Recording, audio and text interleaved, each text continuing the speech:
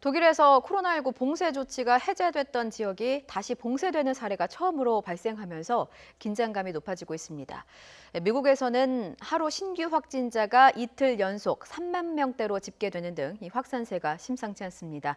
국제부 조수연 기자와 함께 자세한 내용 살펴보겠습니다. 어서 오십시오. 안녕하세요. 네, 먼저 유럽으로 가보겠습니다. 한동안 코로나19가 좀 안정세로 유지되다가 독일 일부 지역이 다시 봉쇄됐다고요? 네, 그렇습니다. 독일 서부 귀터스로라는 지역에 다시 봉쇄 조치가 내려졌습니다. 네. 이곳에 있는 대형 도축장에서 최근 직원 1,500여 명이 코로나19 확진 판정을 받은 데 따른 겁니다. 이번 조치는 우선 이달 30일까지 적용됩니다. 학교와 유치원들은 문을 닫았고요. 영화관이나 체육관, 수영장, 술집은 영업이 전면 중단됩니다. 음식점들은 포장 형식으로만 영업이 가능합니다. 또 사회적 거리두기 지침도 강화돼서요. 가족 외에는 2명 이상 모임이 금지되고 반드시 실외 공간에서 만나야 합니다. 이번 조치에 대해 유럽 언론들은 락다운이라고 보도하고 있는데요. 이에 따라 해당 지역 밖으로 이동하는 것도 제한될 것으로 보입니다.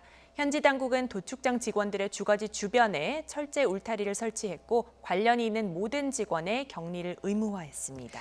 네, 이번 조치로 유럽 내에서 다시 확산하는 것이 아니냐 이런 우려가 커질 것 같은데 현지의 분위기는 어떻습니까? 네, 귀터스로 현지 주민들은 불안감 그리고 실망감을 함께 드러내고 있습니다. 네. 인터뷰 내용을 들어보니까 모처럼 일상을 회복했는데 다시 3, 4월 상황으로 돌아가야 하는 건가 하는 생각에 무기력해지는 듯한 모습도 보였고요. 한편으로는 코로나19가 이제야 진정되는 듯 싶었는데 재확산의 신호가 나타나고 있는 것 아닌가 하는 우려도 있었습니다.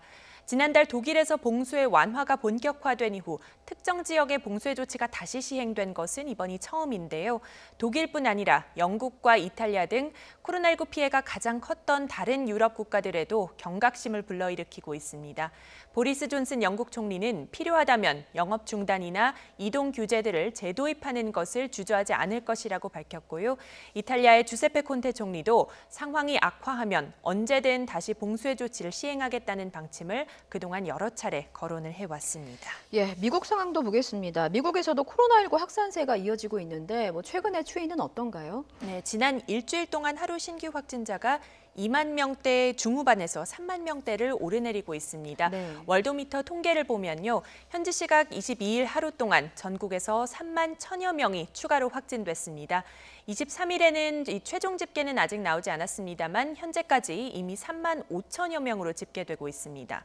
그동안 10,000명대 후반에서 2만 명대 초반을 왔다 갔다 하던 것과 비교하면은 확연히 증가한 겁니다. 예. 50개 주 가운데 절반에서 신규 환자가 증가세를 보이고 있는데요. 특히 애리조나와 텍사스, 플로리다, 캘리포니아가 가장 심각합니다. 예, 미국 보건당국은 지금의 상황을 어떻게 평가하고 있습니까? 네, 백악관 태스크포스의 핵심 인사죠. 앤서니 파우치 박사가 하원 청문회에 출석했는데요. 미국의 현 상황에 대해서 지역별로 제각각이고 매우 엇갈린 상태라고 말했습니다.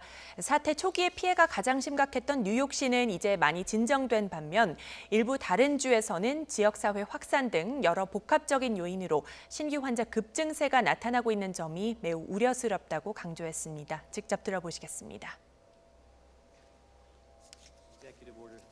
Right now, the next couple of weeks are going to be critical in our ability to address those surgings that we're seeing in Florida, in Texas, in Arizona, and in other states.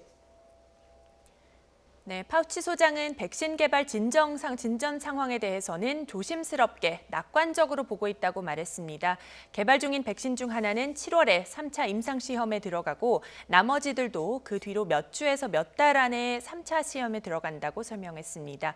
이에 따라 올해 말이나 내년 초면 미국 일반인들이 백신을 이용할 수 있게 될 것으로 예상한다고 덧붙였습니다.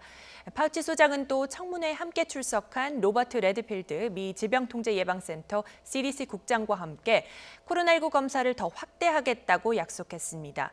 검사 속도를 늦추라고 지시했다는 트럼프 대통령의 발언에 대해서는 그런 지시를 받은 적이 없다며 대통령의 발언과 상충하는 증언을 했습니다. 예, 그런데 트럼프 대통령은 이 검사 축소 독소 발언에 오히려 기름을 더 들이붓는 그런 발언을 했죠. 네, 문제의 발언은 지난 주말 대선 유세 중에 나왔었죠. 예. 다시 한번 전해드리면요.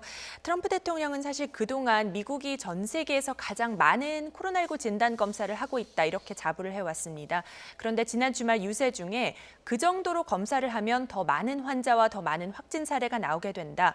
그래서 제발 검사 속도를 늦추라고 지시를 했다. 이런 말을 했습니다. 네.